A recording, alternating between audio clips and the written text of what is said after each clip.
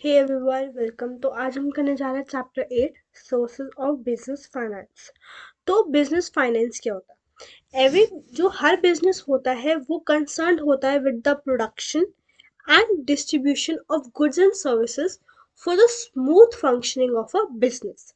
ठीक है। अब अलग अलग एक्टिविटीज को कैरी आउट करने के लिए बिजनेस को क्या चाहिए? बिजनेस को चाहिए मनी, पैसा।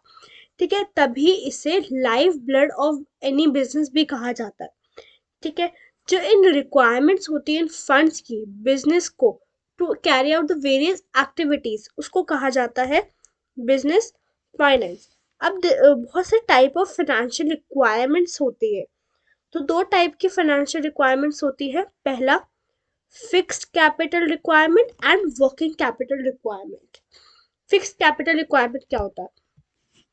इन order to start a business जो फंड्स नीडेड होती हैं to buy the fixed asset, जैसे land, building, furniture, plant, machinery, ये सब आती है फिक्स्ड कैपिटल रिक्वायरमेंट में।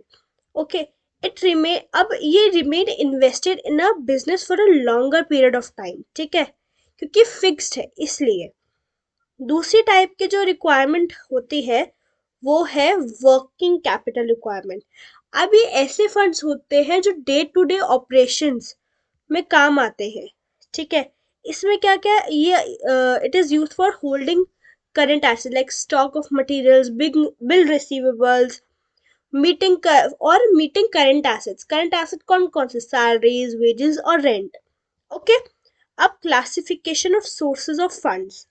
थ्री टाइप की क्लासिफिकेशन है। Classification on the basis of period, on the basis of ownership and on the basis of source of generation। ठीक है। अब on the basis of period की बात करें, इसमें थ्री टाइप्स आते हैं: short term source, medium term source and long term source. Short term source में होते हैं जो फंड्स रिक्वायर्ड होते हैं for a period not exceeding 1 year, जो 1 ईयर से ज्यादा एक्सीड नहीं करे। ठीक है। मिड टर्म सोर्सेज वो होते हैं ऐसे funds for a period more than 1 year but less than 5 years. ठीक है, more than 1 year but less than 5 years. अब लॉन्ग टर्म सोर्सेज ऐसे फंड्स होते हैं जो फुलफिल करते हैं एक फिनेंशियल रिक्वायरमेंट एंटरप्राइज की। क्यों? बिकॉज ये ऐसे पीरियड होते हैं जो एक्सीड करते हैं 5 ईयर्स। क्लियर? अब on the basis of ownership पे बात करी जाए तो दो होते हैं: owner's fund and borrowed fund. Owner's fund होते हैं जो provided by the owners of an enterprise, और ये इन्वेस्टेड रहते हैं बिजनेस में फॉर अ लॉन्गर ड्यूरेशन। और ये नॉन रिफंडेबल होते हैं। क्यों? मतलब is not required to be refunded during the life period. जब तक बिजनेस चल रहा है तब तक आपको फंड्स को रिफंड करने की कोई नीड नहीं है। ठीक है। दूसरा, अब बात कर लेते हैं बोरोड फंड की। बोरोड फंड्स कौन से होते हैं?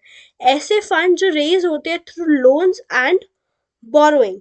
अब ये जो सोर्सेस होते हैं प्रोवाइड फंड्स फॉर एक स्पेसिफिक पीरियड और कुछ सर्टेन टर्म्स एंड कंडीशंस पे मिलते हैं and has to be repaid after the expiry of that period। Okay. जो फिक्स्ड रेट ऑफ इंटरेस्ट भी देना पड़ता है बोरोअर्स को इन ऑन सच फंड्स। ठीक है। अब बात करते हैं on the basis of generation.